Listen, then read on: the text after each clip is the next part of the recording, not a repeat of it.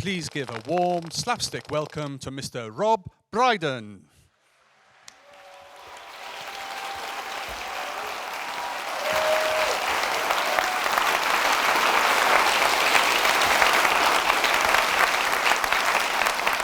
Hello, ladies and gentlemen, good evening, welcome along. It's a lovely, lovely, full theatre full of people on this, the last night of this year's Slapstick Festival. It's the 19th festival. You know what that means? It means that next year it'll be the 20th. And I'm not going to, I could carry on like this for another minute and a half effortlessly, but that's not why you're here. You're here to spend a very special evening, and it is special when you get to spend time with this man in a lovely, intimate room like this. So I will shut up. We all know why we're here. Let's have a little look at this to get us in the mood.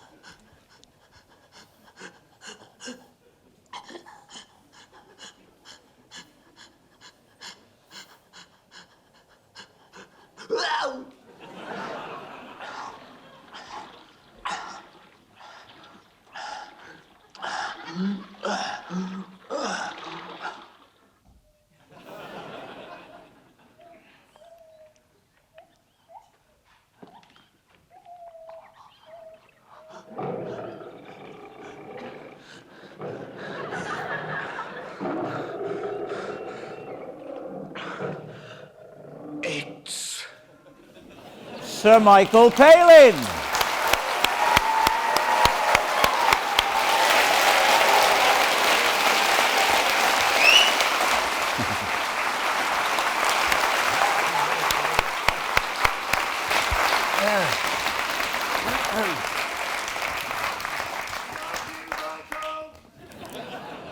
Oh, one at a time, please. Lovely to be here. It is a lovely theatre, as you rightly said. It's gorgeous, isn't it? Yeah, yeah. And, rowdy on a Sunday, as we've seen. Yeah, well, we like that, don't we? That chap, if he wasn't here now, he'd have been at his book club causing trouble. Yeah. I think he's been banned from his book club. Clearly, he's come here. You were telling me backstage you've never liked Bristol. What is it? Oh, he's such a one. No, Bristol. What does Bristol mean to you, Michael? What's your involvement with it been over the years? Cigarettes. Cigarettes? It used to be Bristol cigarettes. They were very, very popular when I was young, and I think there were a certain price that I rather liked. So I remember smoking... Sorry. I remember smoking Bristols, which is a kind of strange image now. You know, exactly, but that's... Well, it's called the Slapstick Festival, so let's start. Well, it wasn't physical. As we mean to go on. You were chatting earlier with Mike McCartney, and you worked with him down here, didn't you, many years ago? Yes, the first paid job I got after leaving university with a history degree, second class history degree, was presenting a television pop show for TWW, Television Wales and the West, which was based here. And they came up with an idea called Now! And it was a pop show to end all pop shows. We'd have great musicians, we'd have fashion tips, we'd have stories about, the music these days. You'd have comedy. That's why I was hired to do the comedy. And it was based on a thing called Ready, Steady, Go, and also something called whole scene going. Anyone remember that? One person. With Wendy Varnell. And anyway, it didn't really work out in the best possible way. For us but it did pay me enough money to come down to Bristol for 2 days sometimes, and that paid me enough to be able to work for the BBC for no money, writing sketches for the Frost Report, which actually was, in terms of my career, a better move. But I mean, it did mean that I did some crazy things, like I remember walking over Clifton Suspension Bridge dressed in an Edwardian swimming costume with Wellington boots to the sound of Nancy Sinatra singing "These Boots Are Made for Walking." Oh, Michael, walk across there, it'll be really funny. It wasn't really very funny at all, but I saw the Clifton Suspension Bridge, and, well, what can I say? When you see, if you ever come across those old clips, what's your attitude to them? Because most people, most normal people, are not confronted by their past in the way that performers are, because you're constantly being asked to look back and remember when you did this and when you did that. And when you see stuff from the very early days, so say a job like that, do you look on it fondly? Are you embarrassed? Yeah, I'm embarrassed, certainly, yes. As anyone I'm not saying you should be embarrassed. I just wonder. No, I think that was an interesting use of the word. The thing is that actually, I think when I was in a competitive stage of my life, the first 20 years after Python, everything seemed to be a judgment on what I'd done before.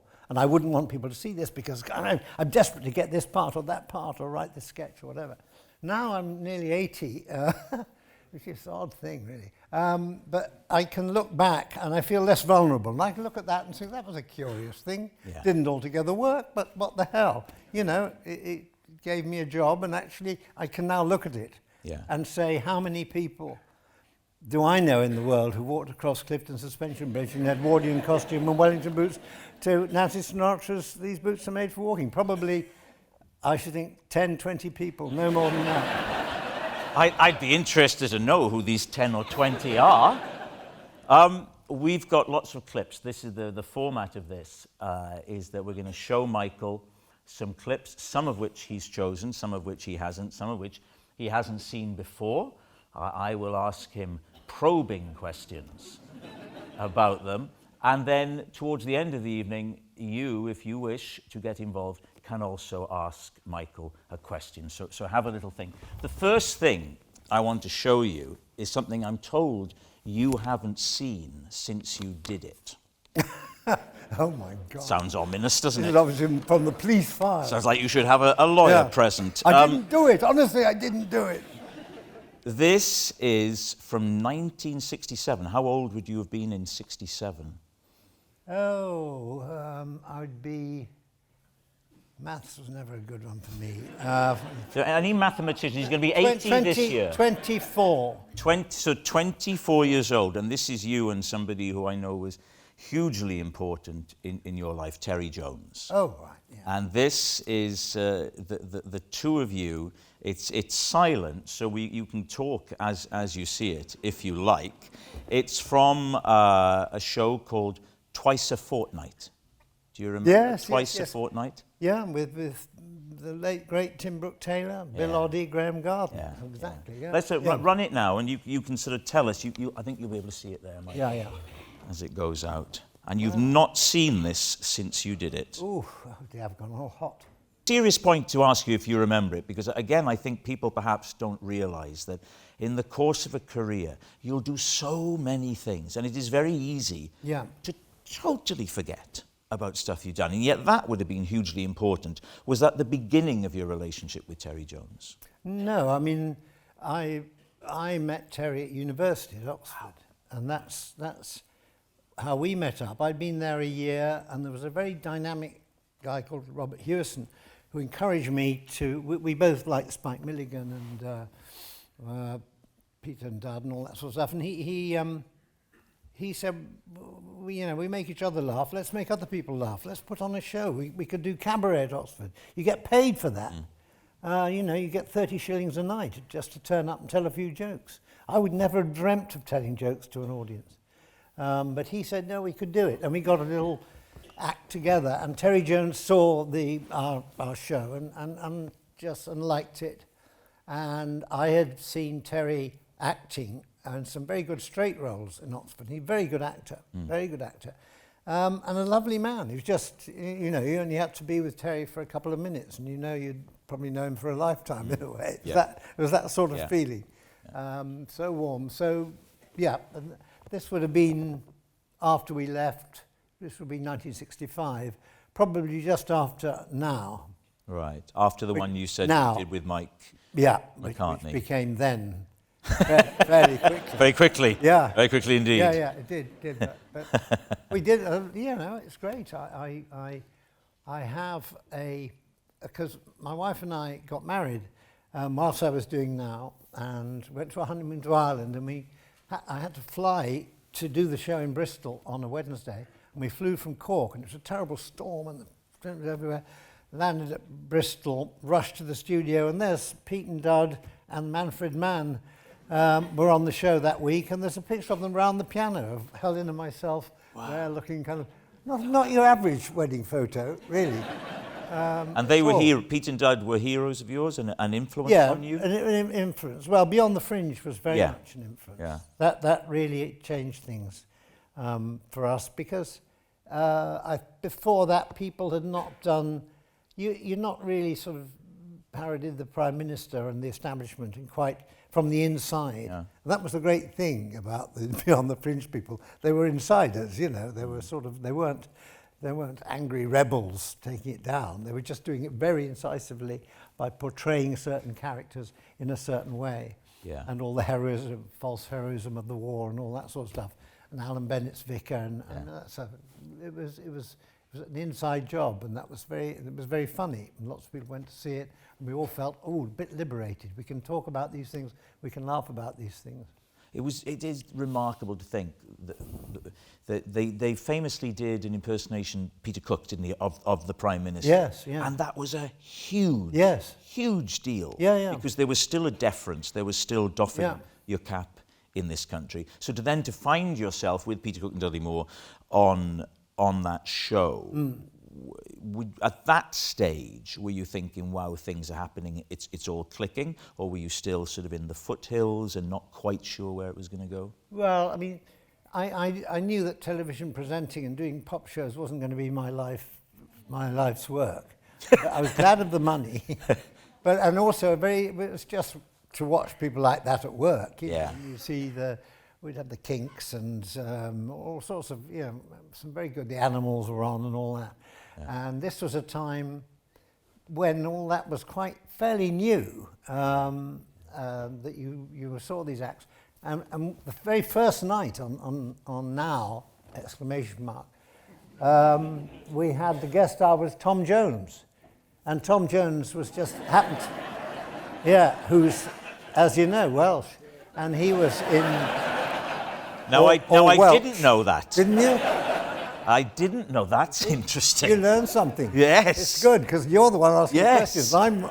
This is giving amazing. You some amazing answers. So he was on there, was he? Yes, and we all had a party afterwards, and the man who ran Television Wales in the West was an aristocrat called Lord Derby.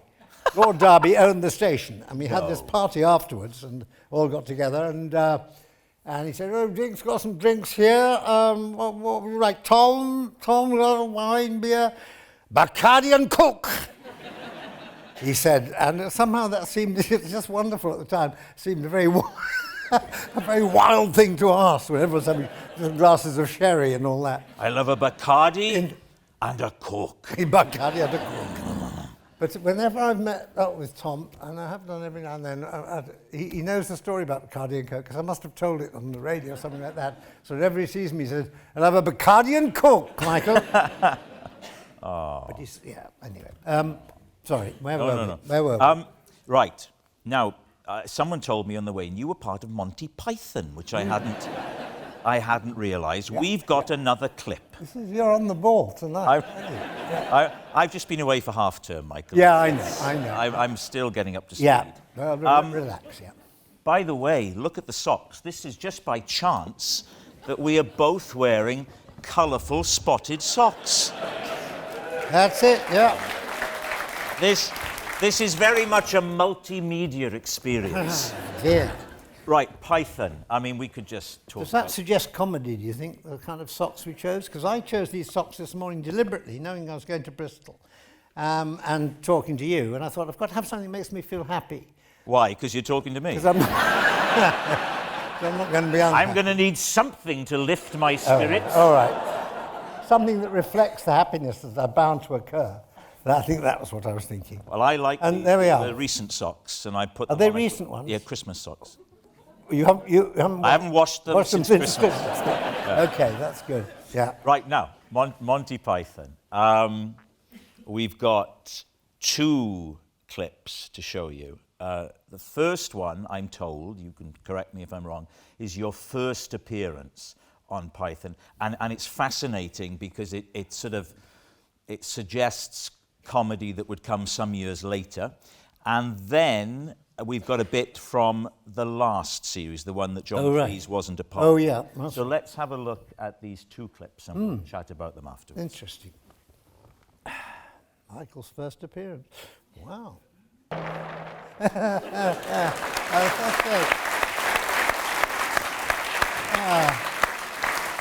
Those were absolutely inspired choices. They're great, aren't they? One, because the first sketch we recorded, and the idea was that we had one moustache between us, so we had to give the moustache to the other person. Of course, the moustache wore out, and after a bit, by the time it got to me, it was just hanging on by a thread. So I was corpsing, and the moustache was going down. We had to do about 6 takes, and it got more and more hysterical. And that last one there, which I think they were the winners of the world's most awful, the country's most awful family. And I really, I enjoyed that very much, because everybody, all the Pythons, all of us, had chance to play grotesques. Yes, yes. And it's not often you get a chance to do that. And in the, I think it was ironing the cat. You don't really see that, but it was ironing this cat. It's a shame we didn't pick that up there. You didn't pick that up, shame. no. But I did like, my favourite line, that is, asking, Mum, why is Rhodesia called Rhodesia in the middle of all this? You know, it's just quite a sort of esoteric thing to pick up. So, thank you, whoever chose those. That was Well, two made things, me laugh anyway. 2 things about that second sketch. I mean, we all know how influential Python has been. I mean, you could have a list as long as you like of comedians who say influenced them massively. But I thought, watching that, of that first episode of The Young Ones. Was anybody else? Ah, yes. Did that not occur to you? Yeah. I mean, wow, that's... Because The Young Ones would have been, if that was 74, The Young Ones were about 81-ish, were they? 80, something like 82, maybe, something like that. Yeah, you can see a through line. Yeah. There's such a joy in doing something like that, and especially in destroying things falling apart, which of course, as you know, it's very difficult to do. Yes. Because it's all precariously balanced, things just don't collapse, there have to be a certain moment when they collapsed. I don't know how that worked out, but it somehow... Well, you don't want to suck all the joy out of this, but I mean... No. But because as you watch that, it is so anarchic. But of course, if you sit back and watch, you go, oh, well, now they're cutting to this, and you're cutting to that, and it was probably shot, I imagine, multi-camera and da-da-da. Yeah. So you see that, obviously, the discipline, it seems chaotic, everything has to fall. It's a fascinating... Yeah, it was a good bit of nonsense. Do you remember who wrote those clips that we saw? Me. There's no one here to argue. No, I don't. That's right, that's a great thing. Because you wrote all of Python. That's why I come to Bristol. Yeah. I come to Bristol to give my version, because I know that's the sort of place Bristol is, you know. And they're liberal, they're inclined, you know, you can be given time here to put your point of view. You can be honest. Yeah. Because you did all the animation, you were telling me. I did all the animation, and I won Strictly Come Dancing 8 times. Yes, yes. Again, the last time I thought hush, undeservedly, if you don't mind me saying. That was the 8th time. I was worn out. You were tired. I was tired. There was friction on my legs. You know, when you've done it a bit. You know? I've done it, of course. Yes. Yeah. I do it every other year. Yeah. Well, I try and leave them wanting less. Yeah. But seriously, anyway, Sir Michael. No. Sir Michael, I must press you. Who wrote? No, I'm not. I actually do think I wrote with Terry and I wrote The Awful Family. I remember that. Right, did you? Right, okay. The Jean-Paul Zatabatique and all that. I don't know. I think it was just that may well have been something that came up in group. Most of the sketches were written in the various writing groups. You know, Terry Jones and myself, John and Graham and Eric on his own, and Terry Gilliam on their own. That was the main source. But occasionally, when we would all get together, we'd come up with something that was very silly, and I think that shows the input of lots of people. But it was all about Concord. Concord was just starting then, of course, made in Bristol, wasn't it? Really? Then we don't look like that, don't you know? Well, I don't know. I don't know where Concord was made. Was it made in Bristol? Yes. Well, I knew that. Less is more. In terms of your knowledge. No, Yeah. I think it was. Hence. No. I just spotted Stephen Merchant. Stephen Merchant, yeah. What? Yeah. Well, ladies Yeah. and gentlemen, Stephen Stephen Merchant. Merchant. Now, So, he stop. was made in Bristol. Yeah. Stop trying to change the subject. But what was I going to say? Oh yes, because I think in the gibberish about the French gibberish comes up Brian Trubshaw, and Brian Trubshaw was the test pilot. As everyone in Bristol was the first man to fly Concorde. That's right. So we got him in. Yeah. In the Python sketch. Yeah, You I know, knew that. Yeah. Yeah. Brian Trubshaw. Yeah. I don't know where he. Bloody Brian. Yeah. Let's. And we did a film about him later, of course.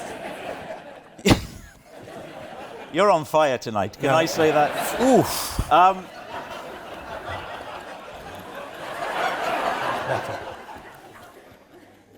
Steve, can you be on standby in case? Let's stay with Python. We've got a lovely little segue here.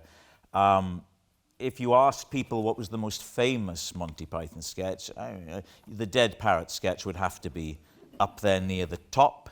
And we've got 2 performances of it to enjoy, and we will discuss them afterwards. 2. Yeah.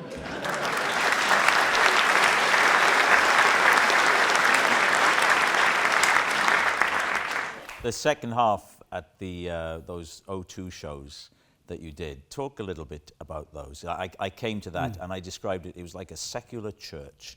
It was incredible, the amount of love and affection that you could feel, certainly sitting in the audience. What was it like on the stage?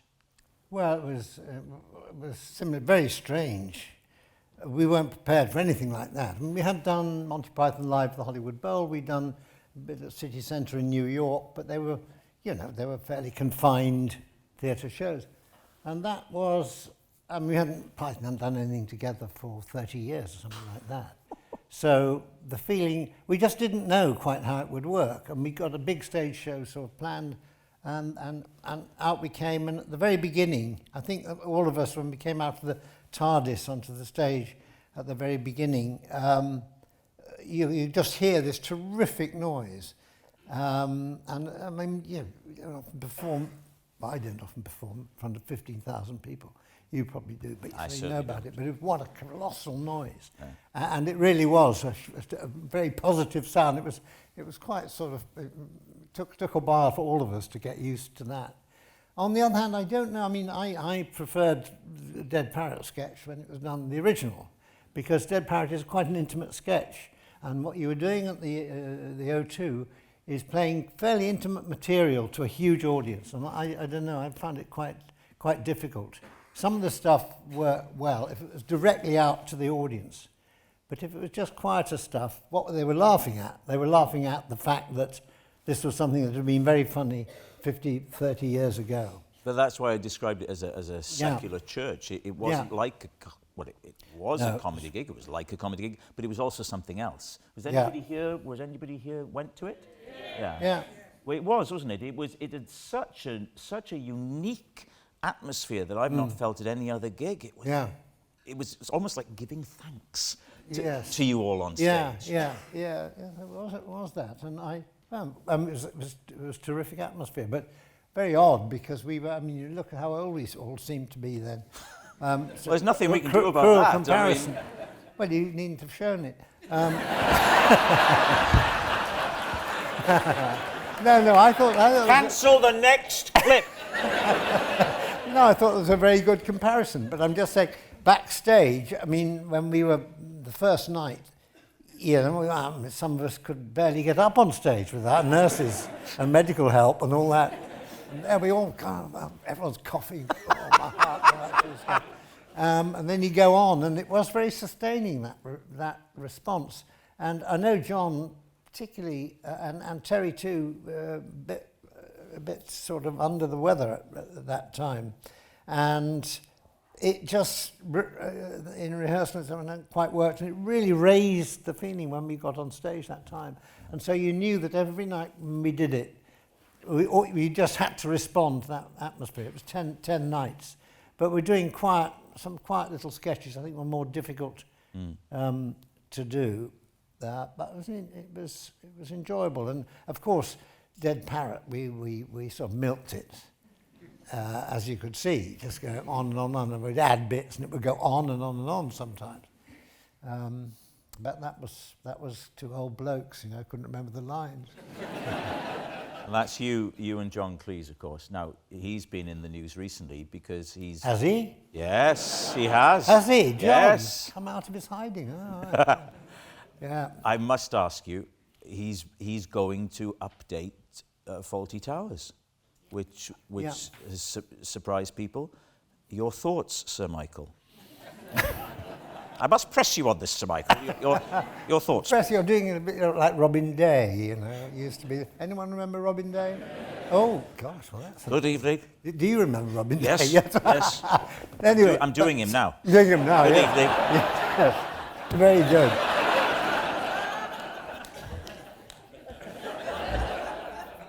Yeah. Well, you're not going to dodge it. No, I'm not going to dodge it at all. I mean, I think it's going to be extremely difficult, if not impossible, to recreate the old Fawlty Towers. I mean, haven't got half the cast. You haven't, Sybil's not going to be there, Polly's not going to be there, Manuel's not going to be there. John is 83, not 33. And it's a very, very physical show. I mean, you look at them, and what is so brilliant about Fawlty Towers is the choreography of it, the movement, the speed of the movement, the crispness of the movement. And I mean, with the best will in the world, and John's quite fit these days, looks all right on the one show. But you don't have to move much on the one show, do you? No. Basically sit there. So I think actually the movement... Very much a sedentary role, it's very, the one show. Very sedentary. So I think that would be very, very difficult. And those seem to me basic elements of the success and the popularity of the show. So I think he's going to, John, I'll give him the benefit of the doubt, if he and Camilla, his daughter, can come up with something which uses Basil's sort of intense anger and whatever it is that sort of drives him, and put it into a modern context that works, it could be fine, but it's not going to be Fawlty Towers. You've worked with John on different things. The next thing that we want to look at is a film that was massive, Fish Called Wanda. Shall we... Oh, look, you hear that reaction? Isn't that lovely? Yeah. Let's watch a little... Not the whole film. Let's watch... Wouldn't that be funny if we started showing That would be good. without any run, just like the rest of the show, and we just sat like that. Let's see the clip and then we'll talk about it.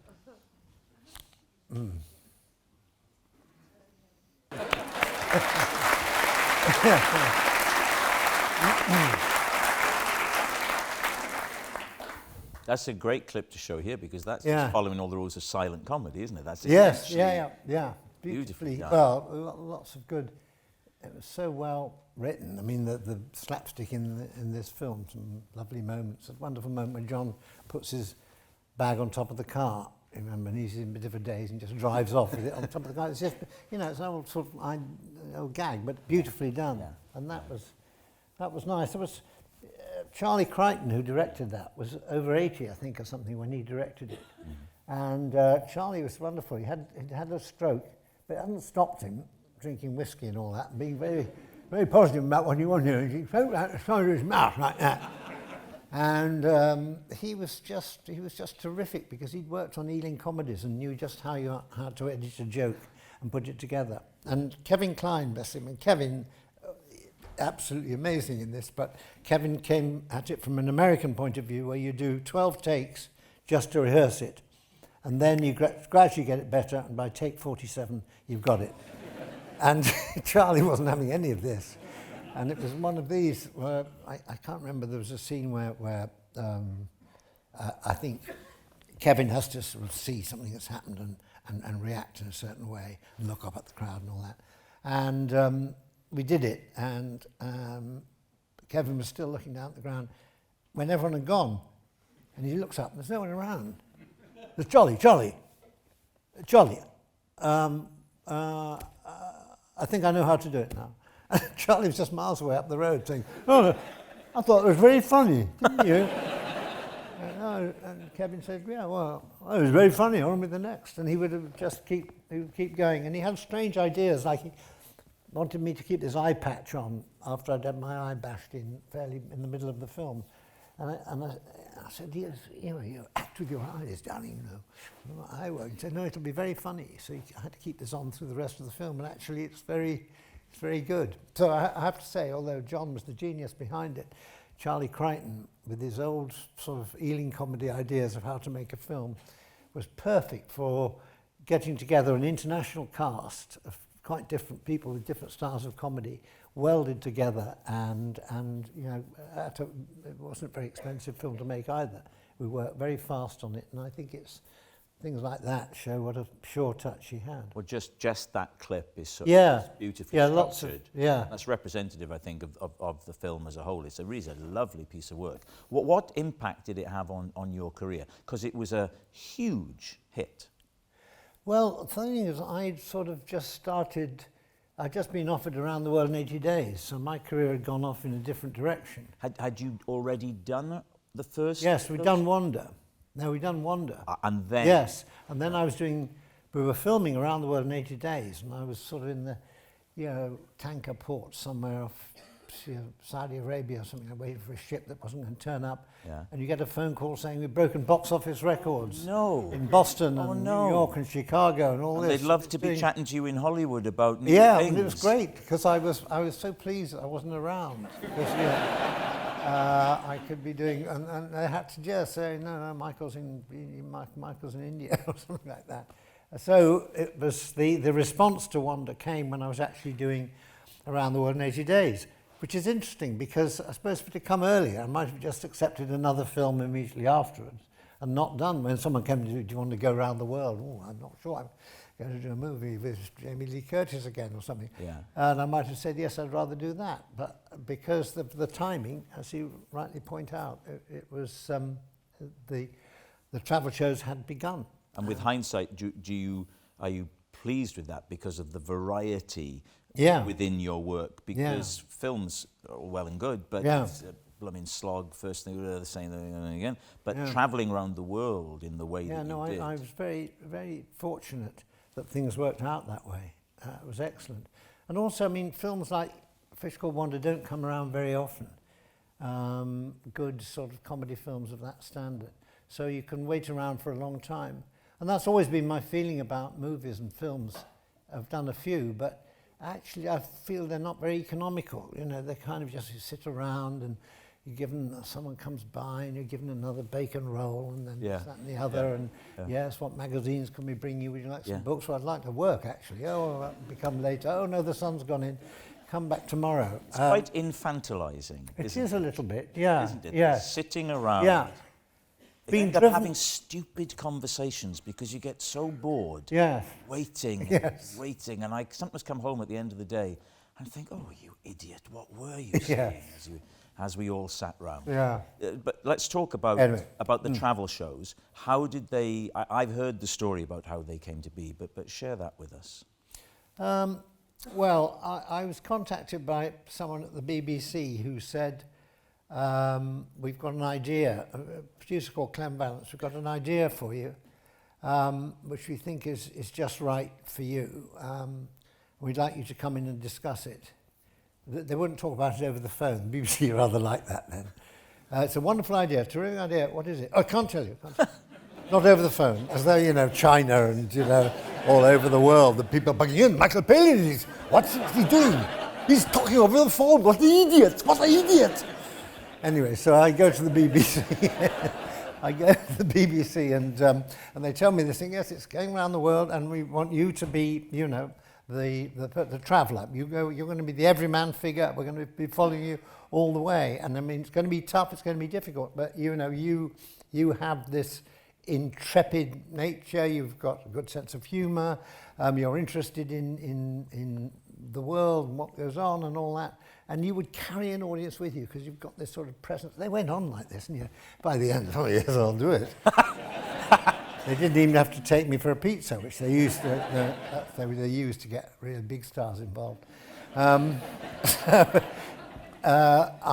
said yes, and it was really when we were halfway around the world. I think we were in Madras now, called Chennai, waiting for a ship that hadn't arrived, and we had a few beers, and the director said, actually, you were the fifth person they'd asked.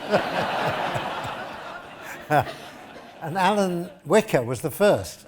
And they had made the mistake of taking Alan Wicker for a pizza. Alan Wicker does not do pizza, or did not do pizza, I'm afraid. So he was out.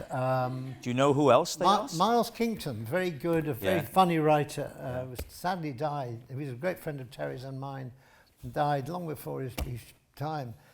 He was the second one. Noel Edmonds was there. We're going in a different direction. Yeah, I'd have loved to have done Mr. Blobby, but there he is. So I didn't get the chance. Noel Edmonds and Clive James was the other one. Okay, I can see the logic. Yeah. Let's have a look at some of it and then talk about it more. Or less.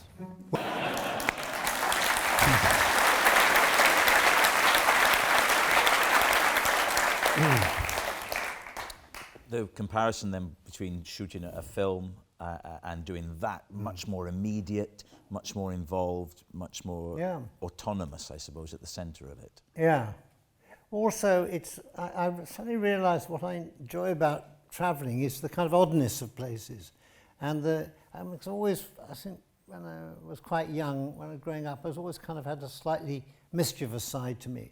I enjoyed things going slightly wrong, especially where authority was concerned, and school and all that stuff. And, you know, when I don't know, I can't remember particular instances. Oh yes, one time in the school chapel, this was when I was at boarding school, and the organ stuck in middle C for a long time, and no one could do anything about it, just and we were all supposed to be singing, we plough the fields, and and eventually we all stopped, and the organist sort of leaned over and said, "Headmaster, I think there's a problem." And it's just like it's such a wonderful moment, you know, this never normally happens. So there are lots of little moments there which you saw, which just you couldn't script, you couldn't really expect them to happen. They happened as you were making the journey. And I think the great thing also is to enjoy company, and I've enjoyed being with those guys. And you know, I've been on the Dow for about 4 or 5 days before I got Kasim to listen to Bruce Springsteen. So it wasn't sort of planned, oh, let's do this to see if they like this kind of music. Yeah. It just sort of happened. Yeah. And I think that was one of the joys of doing Around the World in 80 Days, chance encounters. And Kasim, the old guy who was listening to the music, when we got to Bombay, after 7 days, we moved incredibly slowly, and we got to Bombay, and a small boat came to take us on shore. They waited offshore before they got clearance and all that. And I just sort of said goodbye to them all, and they were all very nice and all that.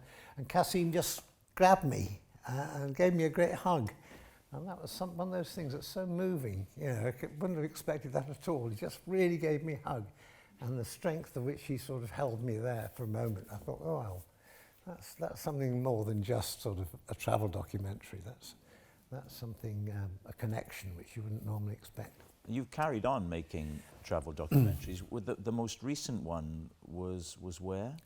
Iraq. Yeah. Well, yeah, Iraq. The BBC ones, the last one for the BBC in the old style was Brazil. Right. And then we did North Korea and Iraq for Channel 5. Wow. Slightly, I mean, that was just a smaller journey. But Would you consider Wales? yeah, well, we've been to a lot of dysfunctional countries, so no, I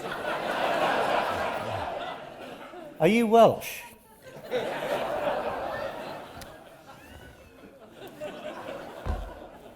Sorry about that. No, I'd love to go. I've been to Wales many times. Of course you have. You went to Aberystwyth when they lifted the ban. Yes, that was terrific. Tell us about that. Well, after Monty Python's Life of Brian, a lot of places, particularly in Wales, were sort of reluctant to screen The Life of Brian for whatever reason. For good reasons. Good reasons, yes.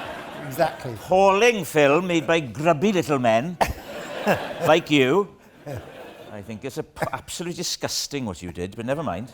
And this is good to have the argument. This is like that. What was it? You did that thing that there was that famous exchange. Oh yes, wasn't there? yes. Was that yes. Malcolm Muggeridge? Yeah, Malcolm Muggeridge and Bishop of things. Anyway, just quickly to backtrack on the Aberystwyth story. Aberystwyth had banned the film. Sue Jones-Davis, who plays Brian's girlfriend in the film and sort of romps around, nothing on, and all that sort of stuff, is made mayor of Aberystwyth. How wonderful that is. Don't know how that got past the council. Anyway, there she is. And she said the first thing she did was to lift the ban on A Life of Brian. But they only allowed her to do it for one night. Really? Yeah, yeah. I didn't know that. I thought she lifted it. No, Good no. God. It's just, well, maybe it was one night because Terry and I went up and we did a sort of march, people's march, hands clenched towards the audience, saying, yes, now the people have their voice, they can see this. And it might have been just specially put on for one night, but it'd be interesting to know. Anyone from Aberystwyth? Oh, the usual 12. Well, I think after the way you've insulted our country, I'd be surprised if anybody admitted to it. Oh. One of the things I've enjoyed you in most recently was Armando Iannucci's fantastic film, Death of Stalin. Yeah. Let's have a look at it, a little clip, and we'll talk about it. Yeah, good stuff.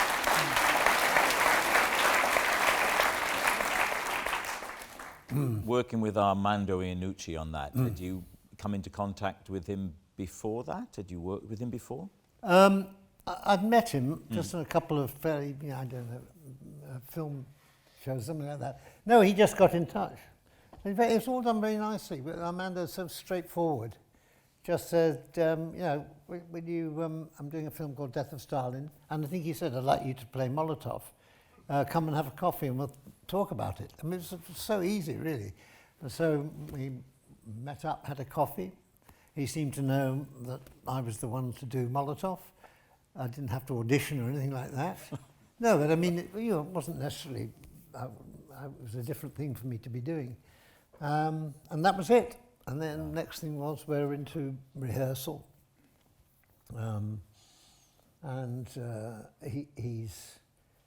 He's a very good person to work with, but different kind of way of working from anyone else I've worked with before, because he tends to keep the thing all flowing, so you barely know when the camera's on or off and all that. He doesn't, definitely not one of these, quiet, silence, take 3, and action, none of that. You'd just be kind of doing okay, you'd just be, run it through like we would at the table. Okay, well now just let's try a take, let's do one, okay, we're off, let's go. And we'd be into a take, and we just like continues with the last rehearsal. And I think that's why you get really good, some really Is nice there improvisation within what we just saw? No. So that's scripted. That was as scripted. And how did you find working in that way? It seems like you enjoyed it. Yeah, I had, well, later in that scene, I had quite a long speech, which was complete jargon. I didn't mean anything very much. It was just Molotov obfuscating about something. And I found that a little bit difficult. But generally, it was just such it was so enjoyable to do a team film where the team was so striking. I mean, they're really all so good. I mean, just to look at the people around that table. Yes, exactly, yeah. You know. I mean, Steve Buscemi, for a start, who'd been really one of my heroes as an actor. Yeah. But all of them, and Jeffrey as well. Jeffrey Tambor. Jeffrey, he's so funny. Sanders is one of the absolutely. So to be working with someone like that you admire, and Simon Russell Beale. Yes. I mean, there's quality all the way around. And I think we should mention Paul Whitehouse in case he hears about the interview. He's on the riverbank with Bob, and Bob says, "Well, he didn't mention you." I mean, just to finish it was such an enjoyable thing to rehearse, because that's where a lot of improvisation came in, and especially the stuff with the body. I wasn't actually involved in that, but all the stuff, the way they moved body when Stalin actually died, and they got doctors in, and they got rid of all the real doctors to get someone who just doesn't know. Yeah. Can't remember who he was. Very good. Anyway, so throughout, you're just getting some wonderful moments and wonderful performances. And Isaacs is kind of the Yorkshire, Yorkshire speaking man. And Armando taking this decision, which I thought was absolutely right, that we all speak in our own normal, most comfortable language, the way we'd normally speak. So you have Americans and you have Irish, whatever, and it all works. It works, doesn't it? Yeah. But I think that's what he does, and he did that with the Copperfield film. Yes. There's a kind of feeling of panache to the whole thing. Wow, let's just enjoy it. It may not be exactly word for word what people want, but the general feeling you get at the end is that this has really been enlivening and energizing. Armando's spoken publicly about the influence of Python on him and his generation and lots of your other work. To what extent are you aware of new generations coming through? How much interest do you take in them, and are you looking at it rather sagely from a lofty position and saying, yes, you're good, you're not so good? I mean, how do you... No, not at all. As the new stuff comes through. Yeah, I don't watch a huge amount, so I can't give a definitive view on that. I like to be taken by surprise, I mean, I don't... In fact, I don't see the influence of Python as clearly as some other people do. I never have really, and like the people who did Spinal Tap, which I think is one of the funniest films, probably the most laugh-aloud film I've seen in the last 20 or 30 years, they say, oh, we owe it all to Python, and I don't quite know what they mean by that. But anyway, it's very nice. So I suppose what I look for is just things that come out of left field. But you were aware of Armando's work when you get a call from him, and you know, oh, he's that guy. And absolutely. Yeah. And I'd heard him talk. He talks very well about comedy and all that, and of course, in the thick of it and all those sort of things, they were very, very powerful, very well done. Oh yeah. Oh well, he's one of the best, isn't he? Yes. We're going to take. So let's have a look at the time. I mean, because we want to get questions. Steve Merchant may have another question. He's had some questions. He already had some questions this earlier, afternoon. but he was on the stage for those. He may now be very relaxed, and he may be kicking himself for something he didn't ask earlier on. And Steve's sister is here. Maybe she wants to ask. Yeah. I'm not yet. We're not at that bit yet. No, and you're not a Merchant family, are you? Or if you are, you don't get on with them very well. No, you don't, sitting right over there. They're very much the black sheep of the family. Yes, I think something unearthed something there. Well, look, we can go back in time now, but we've got Mike hasn't seen this. We'll do this and then we'll do the questions. Okay. Michael's first appearance on television, HTV, 1966. Mike hasn't seen this. Here it is. That. What was that? That's my first BAFTA. That was From Now! Exclamation mark, yes. That's the one you did the with... same school of walking across Clifton Boots. So I extended my range there, as you can see, into a drag role. Yes. But you can also see why the programme became then very, very quickly.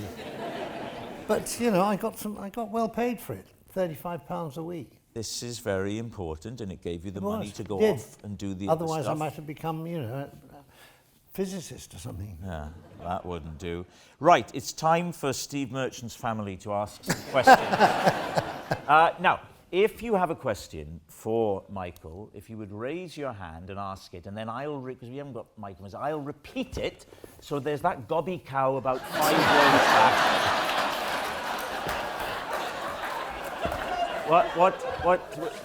What's your name? Yes, come on. Sherilyn. Sherilyn, no, I'm not answering that. No. He did say before the show he wouldn't answer. I'm sorry. You've waited 10 years to ask a question, yes? Hi, Michael. Hello. No, shush, I can hear it. Yes, you can hear her, but they might not Oh, be okay, okay. I didn't ask you to stand up. Well, you're up now. You may as well stay up. 10 years ago, my husband and I tried to come to see you, but I gave birth the night that you were here. Ah. And I sent you a birth card of our son Ethan. Yes. You kindly responded and said you missed me for all the right reasons, and then you put a nice picture of a willy on it.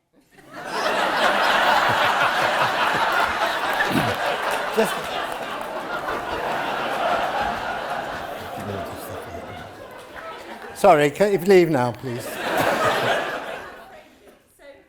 then the second time we went to... God, the second time. The second time, there's more. It never happened because it was at St George's Hall and unfortunately surgery was involved. So this is the third time that we've attempted to come to see you and we've actually made it. Good. This is her third time and she's here. Thank you. Well, that's lovely. Never give up. Yeah. Never give up is the answer there. Isn't that nice? I feel like we're doing a touring production of the Sunshine Boys. Who else has a question? Let's go up there this time. There we are, that gentleman there. Hi, my name is Ted. Hello, Ted. You stopped making TV documentaries for the BBC. Tried the last two. What happened? Why did you... Oh, here we go. Oh, my God, we got an agitator in. Why did you stop making documentaries for the BBC? What happened? Well, Ted. No, sorry, Ted. Ted. He's Ted. Well, I think we'd actually run out of steam on the sort of genre that we were doing. Brazil was the last one we did. It lacked something which I think was going from country to country in the same series. And the BBC, they were changing their minds about things then. They were getting very much more intrusive about how you do it, giving them full details of what you're going to do before you do it, maybe getting some sort of connection with the audience, you doing some sort of interaction and all that. And we couldn't see why we should change the way of travelling that we were doing, but the BBC felt they wanted to change it, you know, for whatever reason. It was fairly amicable, but I just felt after Brazil, that was... Fairly amicable. That was all right. Yeah. No, fairly doing a lot of the lifting in that statement. I still see them. Do you? Yeah. Yes. Yeah. Every other Saturday. I was there the other night. No, I was there the other night, yeah. There we are, Ted. Thank you for that probing question. There we are. Let's go even higher then and give somebody up at the top. Well, actually, it's very hard to see you because of the lights. There's a hand waving. What's your name? I think he's just Yes, waving. you there. I'm Tim. Hello, Tim. What's your question? I suppose my question is, is there any comedy performance that you wish that you had done, apart from obviously hosting Would I Lie to You? Is there any comedy performance you wish that you had done? Yeah. Or someone else do and you thought, wow. Probably quite a few. I tell you, there's one thing that I've always wanted to do, and I regard it as a real failure. It's not entirely comedy, but Waiting for Godot, the Beckett play. Yes. Robert Lindsay and myself, who appeared we did GBH together, and we've always felt Great show. we should do Waiting for Godot at some point. And we did a little bit for a charity thing during lockdown where we read it on Zoom and things like that. And it's good stuff, it's great stuff, and it's very funny. And it was lovely working with Robert, but I just felt I can't learn all this. And he said, so you can. I'll teach you how to learn it. We'll do it.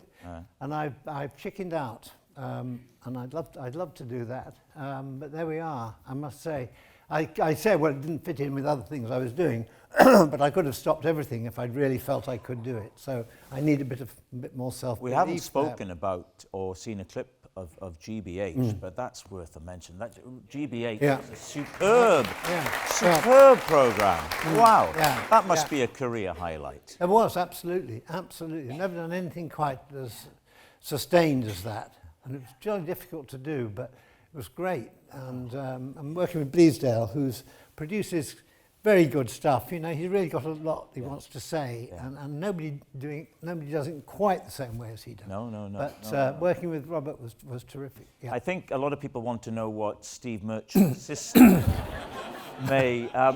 Do you have a question? Oh, look, it's asking Steve's permission to speak. You got a question?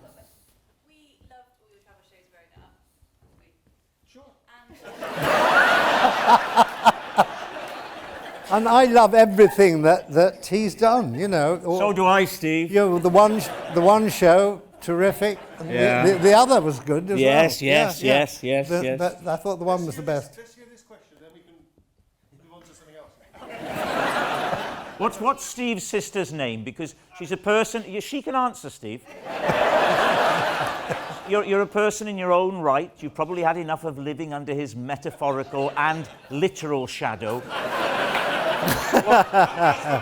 Thank you. What is your name? Alex. Alex. Sounded like Alice when you said it, Steve. You want to work on the diction. So, Alex, what is your question? What was it, Alex? Alex. Alex. This better be a good fucking question. Very relaxed. I just wonder, do you ever feel like it was really dangerous where you were when you travelled? Was there any moment when you thought, God, Seem very relaxed on the travels. Were there any moments when you felt in real danger? Well, yes, there were. I mean, the thing is not, you always, when the danger happens, the camera isn't quite in the right place at the right time. I remember being in Addis Ababa and there was, a riot began in the square where we were filming, and normally you get a camera out, but there were actually, you know, you could hear firing and bullets being exchanged and all that. And suddenly people were running out and saying, get out of the way, get out of the way. And that's about, you know, we couldn't film it, but that was certainly a time when I thought, oh, this is, you can't just sort of smile and say, oh, well, the natives are getting restless. You've got to bugger off. But generally speaking, some of the other moments that were really frightening were in single planes on the edge of storms. And again, we didn't have the camera going because we were just, you know, waiting to land and things like that.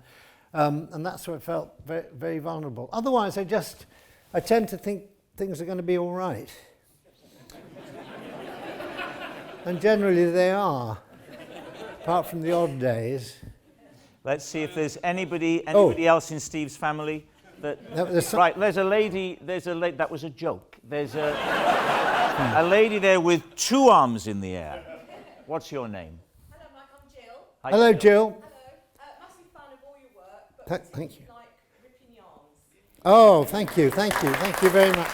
Yeah. He likes ripping yarn. Yeah. Anyone in particular or what?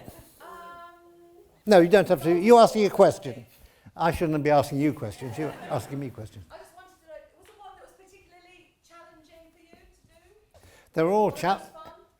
but they're all challenging because we had a fairly short time to shoot quite complicated stuff. I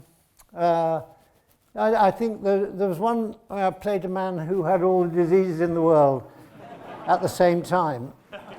And that took about 4 hours makeup and generally consisted of every breakfast cereal there was stuck onto my body at various points to make it look like pustules and all that. And it was jolly tricky because you pick your coffee up and then burst a few sort of cornflakes on your chin and all that. That was jolly difficult. but I got through it. You were I very, got very through it. brave. I did, yeah, You were I did. very brave. I said, I'm going to do this. There's a chap in a white shirt with his arm up at the back there. What's your name, sir? I'm a huge fan, Michael. Is there a country anywhere in the world that you haven't been to yet but you would like to go to? Country you haven't Yes, been to? I'd like to go to Sri Lanka. I'd like to go to Costa Rica. I'd like to go to Kazakhstan and Mongolia. I mean, quite a few, actually. I think and you Wales. need a bit of time to think about the answer to that one. There's a gentleman here was asking a question. Sorry, go on. Yes. Yeah. Can I ask Michael a personal question, but to your advantage?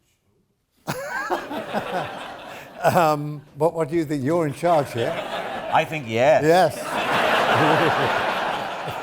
Okay. Can you please tell me your inside leg measurements so I can buy you a pair of underpants for your 80th birthday? Why do you want to know my inside leg measurements from the underpants? Underpants for your 80th birthday. But you don't I'll need tell the you my inside waist leg. size. Say again. I don't want very long underpants, if you don't mind. I grew out of those. Okay, you have to start somewhere. Okay, well, if you leave your name at the door, I'll send you. I'll measure my. I'll actually get Rob I'll to measure. measure me later, and we can. Yes, send we him will something sort it out. Roughly. We'll yeah, sort it out. There's yeah. a man at the back Yeah. there. Hello. Some of your ambiguous sketches, some of the sketches with little to no dialogue, like the fish slapping sketch.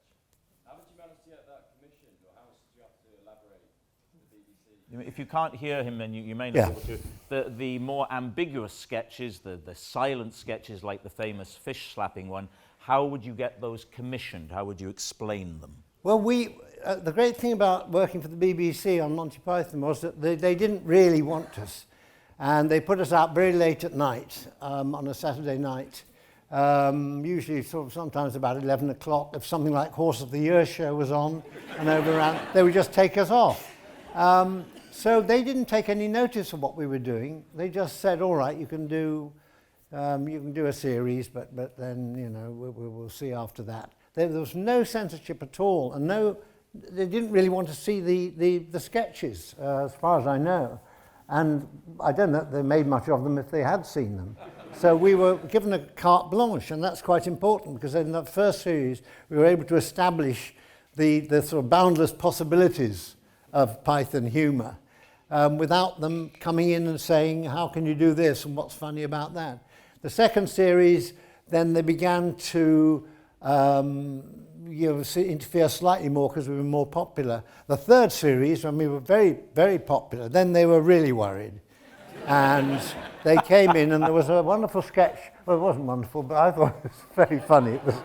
It was a summarised Proust competition. Oh, yeah. I don't know if you remember, and all contestants had to come on and summarise Proust. Masterwork in 15 seconds, starting from now. Oh, yeah, gut, swan, swan, swan got bang, sorry. But there was also,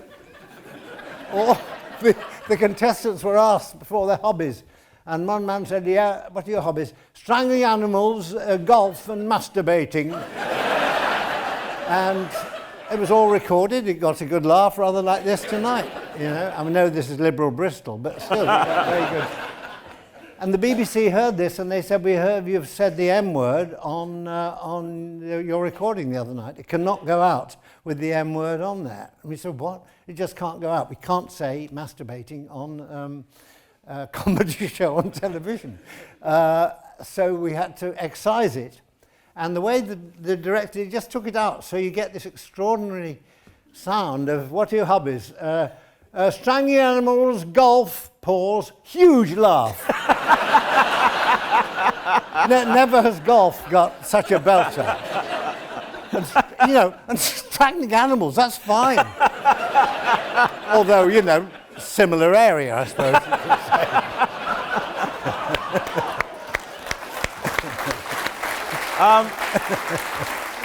Ladies and gentlemen, we will have to stop shortly. What about you? What's your name? Julie. Hello, Julie. Some years ago, you gave a colleague of mine some very good advice when she was about to do an Everest trek, and you'd just come back from doing your Himalaya, and you told her to always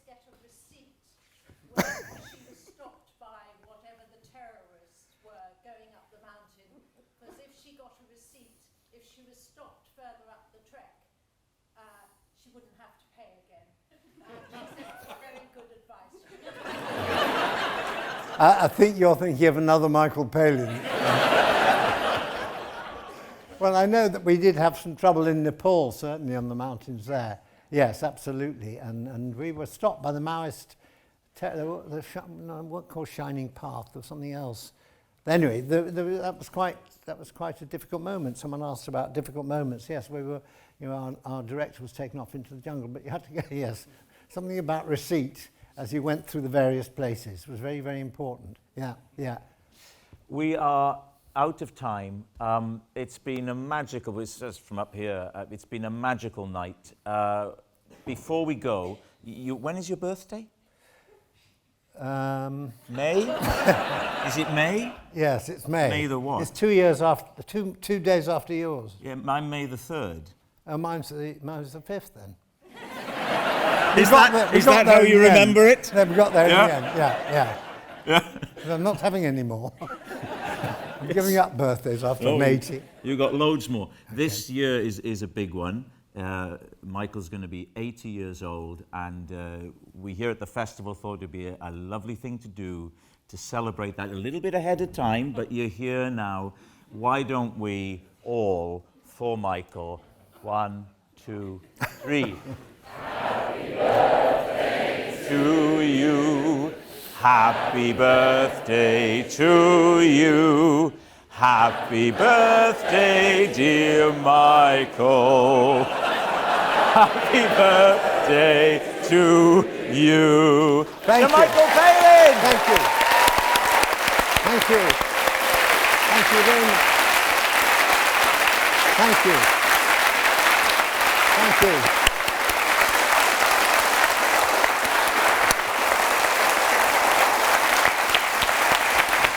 Thank you. Go on, you have the stage. No, I go there. Bye-bye. Thank you.